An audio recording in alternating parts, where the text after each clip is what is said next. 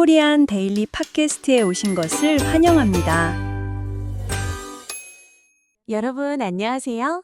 한국어 학습자들을 위한 힐링 라디오 코리안 데일리 팟캐스트에 오신 것을 환영합니다. 저는 언제가 즐거운 오늘을 사는 민지예요. 네, 안녕하세요, 청취자 여러분. 민지 씨와 함께 진행을 맡은 계획적인 삶을 사랑하는 태연입니다. 오늘도 저희 채널에 와주셔서 정말 감사해요. 태연 씨, 저 오늘 기분이 정말 날아갈 것 같아요. 대박 사건이 있거든요. 오, 뭔데요? 민지 씨 얼굴이 평소보다 훨씬 더 반짝반짝 빛나 보이는데요? 혹시 복권이라도 당첨되셨어요? 에이, 복권은 아니고요. 하지만 거의 그 정도 급이에요. 저 드디어 진짜 엄청 가고 싶었던 그 명품 팝스타 내한 콘서트 티켓팅에 성공했어요. 그것도 무대 바로 앞 VIP 좌석으로요. 헐, 대박! 진짜요? 그거 표구하기가 하늘을 별 따기라고 들었는데.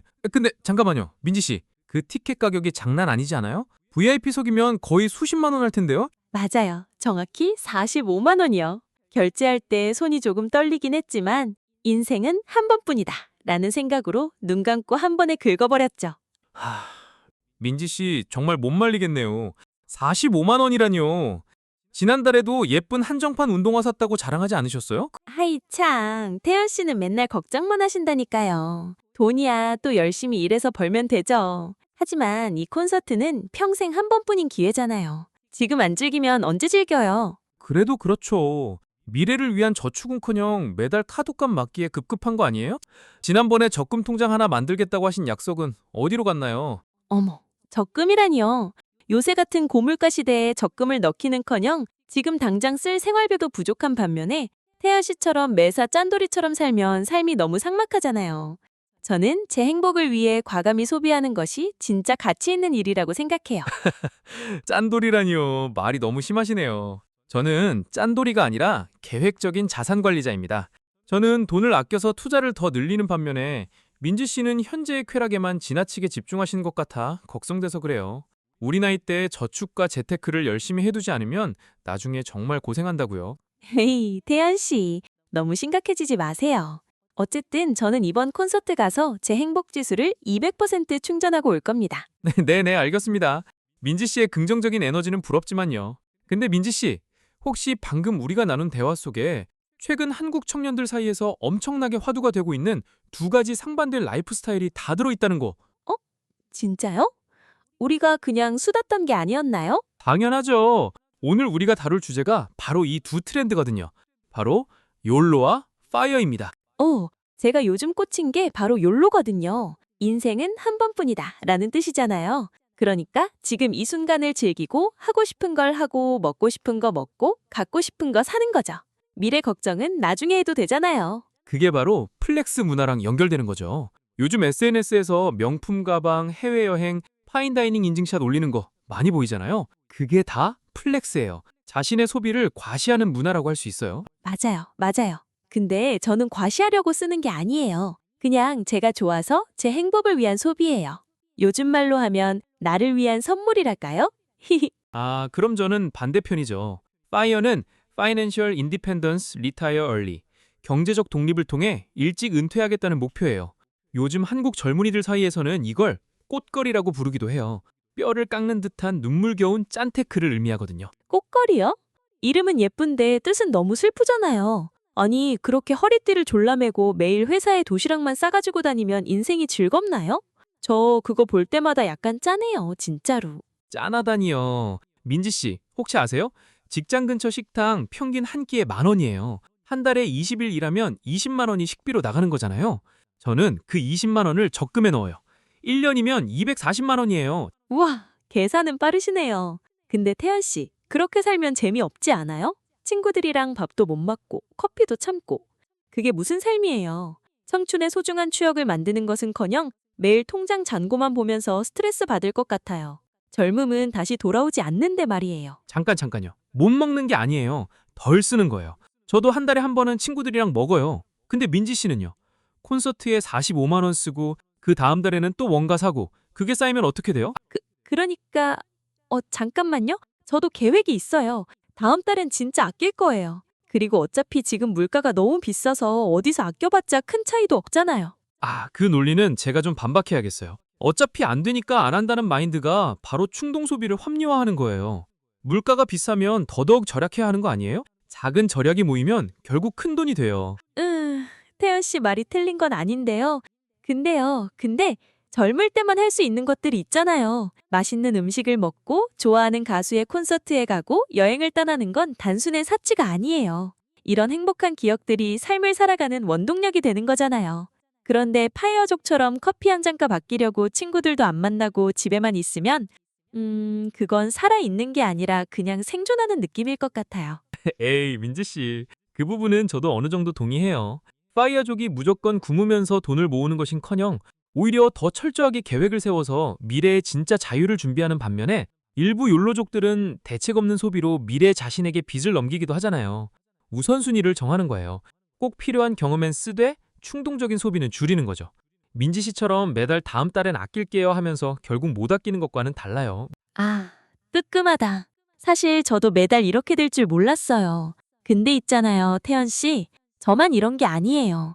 요즘 우리 또래 친구들이 대부분이 이래요. 돈은 없는데 어떻게든 즐기려는 거예요. 민지 씨가 무슨 말을 하는지 잘 알겠어요. 하지만 파이어족이 실천하는 극단적인 절약은 평생 그렇게 살겠다는 뜻이 아니에요. 20대, 30대에 바짝 모아서 40대에는 경제적 자립을 이루고 진짜 자기가 하고 싶은 일을 하면서 살겠다는 큰 그림인 거죠.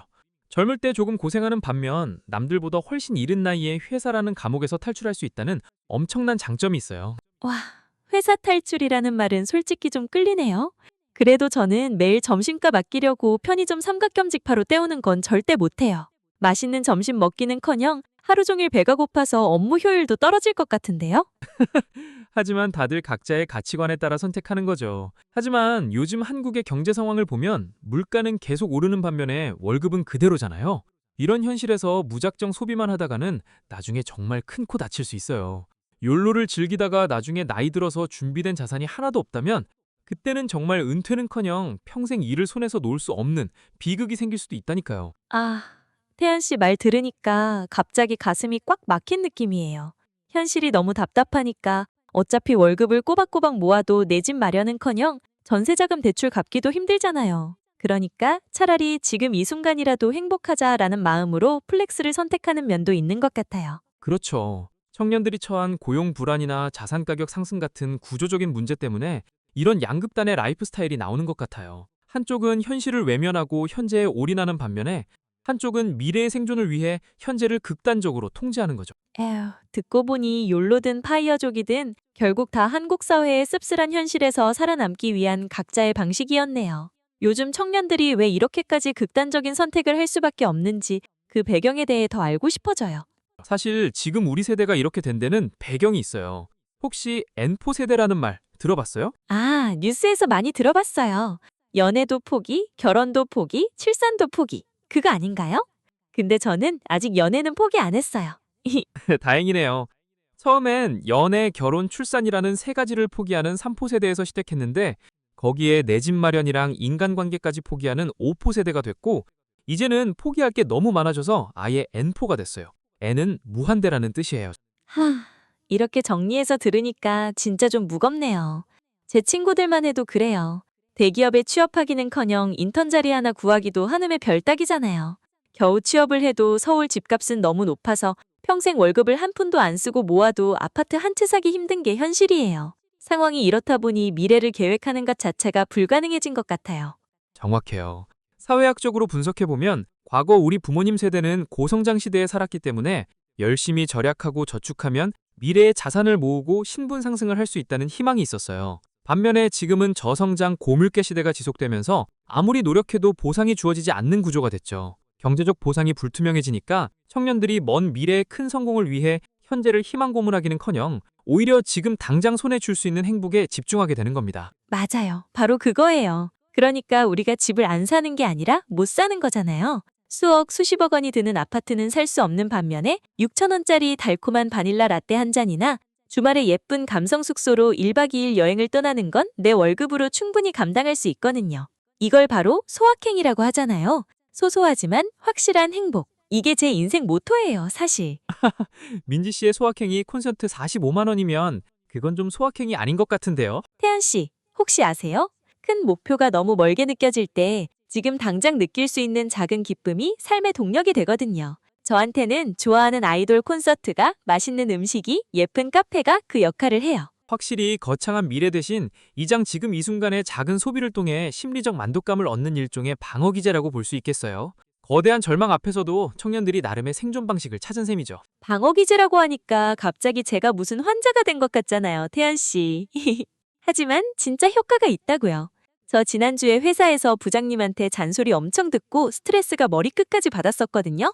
그때 퇴근길에 백화점 가서 평소에 갖고 싶었던 조말론 향수를 딱 사왔어요. 카드를 긁는 순간, 향수를 내 방에 착착 뿌리는 순간, 아, 내가 이 맛에 돈 벌지 하면서 스트레스가 싹 풀리더라고요. 이런 게 바로 삶의 동력 아니겠어요? 조말론 향수라니 민지 씨다운 확실한 행복이네요. 하지만 냉정하게 생각해보면 향수를 살 때는 행복하지만 통장 잔고를 줄어드는 걸 보면 다시 스트레스가 오지 않나요? 소확행이라는 미명하에 매달 야금야금 쓰는 돈을 합치면 그 액수도 무시 못하거든요. 에이, 자꾸 그렇게 찬맛 끼얹을래요? 내일 미래를 위해 허리띠를 졸라매고 살면 향수 살 돈은 모으는 반면에 제 정신 상태는 피폐해질 거라고요. 행복은 저축할 수 있는 게 아니잖아요. 지금 행복해야 나중에도 행복한 법이에요. 민지 씨 말도 일리 있어요. 현재의 심리적 치유도 중요하니까요. 하지만 소확행에만 안주하다가 나중에 정말 나이가 들었을 때가 문제예요. 집값은 계속 오르는 반면에 우리의 은퇴 시기는 점점 빨라지고 있잖아요. 지금 소소한 행복을 누리느라 미래를 위한 자산 투자나 최소한의 저축마저 안 해둔다면 나중에는 소소한 행복커녕 기본적인 노후 생활조차 위협받을 수 있어요. 노후 이야기까지 나오니까 갑자기 향수 냄새가 아니라 퀴퀴한 현실 냄새가 확 풍네요. 확실히 저도 가끔 불안하긴 해요. 내가 이렇게 계속 살아도 괜찮을까 하는 생각이 문득문득 들거든요. 바로 그 지점이에요. 소확행이 현재를 버티게 하는 비타민이 될 순 있지만 인생의 근본적인 문제를 해결해주는 치료제는 될 수 없다는 거죠. 근데 10년 후, 20년 후를 생각하면 얘기가 달라져요. 지금 당장 투자를 시작하지 않으면 나중에 진짜 후회할 수 있어요. 예를 들어서 매달 30만 원씩 연 7% 수익률로 20년 투자하면 얼마가 될 것 같아요? 한 7천만 원, 8천만 원? 약 1억 5천만 원이에요. 복리의 힘이 바로 이거예요. 반면에 같은 30만 원을 그냥 소비했으면요. 20년 후에는 아무것도 남지 않아요. 소비한 반면 투자한 사람과의 자산 격차가 엄청나게 벌어지는 거죠. 잠깐만요. 태연 씨, 그 계산은 연 7% 수익이 매년 난다는 가정 아닌가요? 근데 현실이 그래요? 주식이 오르기는커녕 반토막 나는 경우도 있잖아요. 제 친구 작년에 코인 투자했다가 원금도 못 건졌어요. 이게 말처럼 쉬운 게 아니에요. 그건 분산 투자를 안 한 거예요. 코인은 단기 투기에 가깝고 제가 말하는 건 장기 인덱스 펀드나 ETF예요. 역사적으로 S&P 500는 장기적으로 연평균 7에서 10% 수익을 냈거든요. 단기 변동은 있는 반면 10년 이상 가져가면 손실 확률이 현저히 낮아져요. 잠깐. S&P, ETF, 인덱스 펀드. 태연 씨, 저 지금 머리에 과부하 왔어요. 과부하. 근데 그거 알아요? 그 10년 이상이 문제예요. 10년 동안 그 돈 묶어두면서 지금 당장 필요한 거 못 쓰는 거잖아요. 지금 치과 가야 하고, 지금 월세 내야 하고, 지금 맞고 살아야 하는데요? 그러니까 더 빨리 시작했어야죠. 5년 전에 시작했더라면 지금쯤 여유가 생겼을 거예요. 근데 그때도 지금 즐겨야지 했던 거 아니에요? 아, 그 말은 좀 너무한 거 아닌가요? 5년 전에 저 취업 준비하느라 정신도 없었고, 취업했더라면 좋았겠지만 그것도 쉽지 않았잖아요. 투자는커녕 생활비 마련하기도 빠듯했다고요. 태연 씨는 상황이 다른 거예요. 그건 제가 좀 배려 없이 말했네요. 미안해요, 민지 씨. 사실 저도 처음엔 비슷했어요. 모든 사람의 출발선이 같다고 생각한 건 제 착각이었고요. 근데 그렇기 때문에 더더욱 지금이라도 조금씩 시작하는 게 낫다는 거예요. 완벽한 타이밍은 없거든요. 그렇죠. 저도 좀 흥분했어요. 근데 태연 씨, 솔직히 투자가 무섭기도 해요. 잘못하면 있는 돈마저 날리는 거잖아요. 태연 씨, 지금 경제 상황을 좀 보세요. 고금리, 고물가에 전문가들도 내일 시장이 어떻게 될지 모른다고 하는데 반면에 어떻게 우리 같은 평범한 직장인이 완벽한 분석을 하겠어요. 그러다가 잘못되면 내일의 행복을 위해 오늘의 행복을 다 바쳤는데 결국 손에 남는 건 영원이 되는 거잖아요. 영끌에서 집 샀다가 하우스 푸어 된 사람들 뉴스에 맨날 나오잖아요. 그건 영리하지 못한 투자의 예시고요. 제 말은 무리한 빚을 내서 투기하라는 게 아니라 그러니까 제 말은 미래의 불확실한 자산 가치에 내 청춘을 다 거는 것보다 확실하게 나에게 행복을 주는 지금 이 순간의 경험이 더 안전한 투자일 수도 있다는 뜻이에요. 돈은 잃으면 끝이지만 내가 다녀온 여행지에서의 추억, 내가 느낀 감정은 절대 마이너스 수익률이 나지 않잖아요. 경험이 마이너스가 안 된다는 표현은 참 신선하네요. 하지만 민지 씨, 돈을 쓰는 즐거움은 소비하는 그 순간에만 반짝 빛나는 반면에 잘 구축해놓은 파이프라인은 자는 동안에도 돈을 벌어다 줘요. 경제적 자유를 얻기는커녕 평생 돈의 노예로 직장에 매여 살고 싶지 않다면 지금 조금 덜 쓰고 더 현명하게 굴려야 해요. 그렇지 않으면 진짜 나이 들어서 비참해질 수도 있다고요. 헐, 비참이라뇨. 단어가 너무 직격탄 아니에요? 아유, 태연 씨랑 재테크 얘기하다가는 조기 은퇴하기는커녕 스트레스로 조기 탈모 오겠어요. 아, 탈모라니요. 미안해요. 제가 너무 진지했죠? 돈 얘기만 나오면 저도 모르게 목소리가 커져서. 그니까요. 우리 완전 피 튀기게 싸우는 줄 알았잖아요. 커피숍 다른 손님들이 우리 쳐다보는 것 같아요. 저 방금 깨달은 게 있어요. 오늘 이 방송 준비하면서 소확행으로 커피 2잔 샀는데 그게 이미 10,000원이에요. 한 달이면 얼마죠? 아, 저 진짜 태연 씨 말이 조금 이해가 되기 시작하는 것 같아요. 조금만요. 드디어 성장했네요, 민지 씨. 그럼 이제 우리가 결론을 낼 때가 된 것 같아요. 욜로도 파이어도 완벽한 정답은 아닐 테니까요. 자, 진정하시고 시원한 아메리카노 한 모금 마셔요.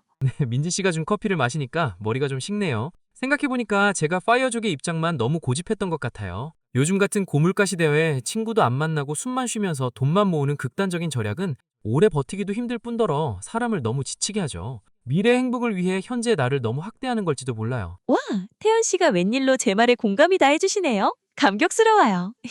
사실 저도 태연 씨랑 이야기하면서 반성한 부분이 있어요. 인생은 한 번뿐이라며 대책 없이 소비를 하다가는 미래에 제가 정말 고생하겠다는 경각심이 들었거든요. 이번 달 카드 명세서 보기는커녕 앱을 열어보는 것조차 무서워하는 제 모습이 떠올랐달까요?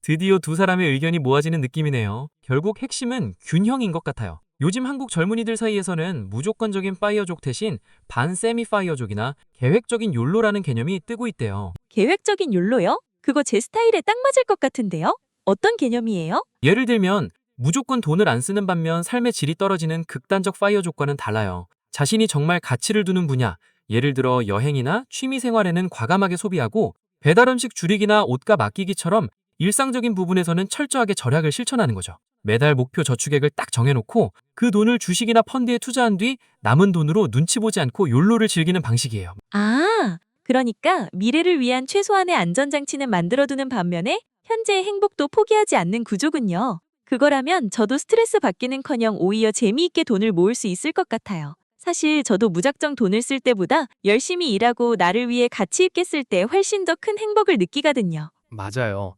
파이어족의 최종 목표도 결국은 돈 모으기 자체가 아니라 내 삶의 주도권 찾기거든요. 내가 하기 싫은 일을 억지로 하지 않을 자유요. 저도 파이어를 쫓으면서 가끔 스스로한테 너무 가혹했던 것 같아요. 숫자 뒤에 숨어서 감정을 무시했달까요? 둘 다 결국 행복하고 싶어서 하는 거잖아요.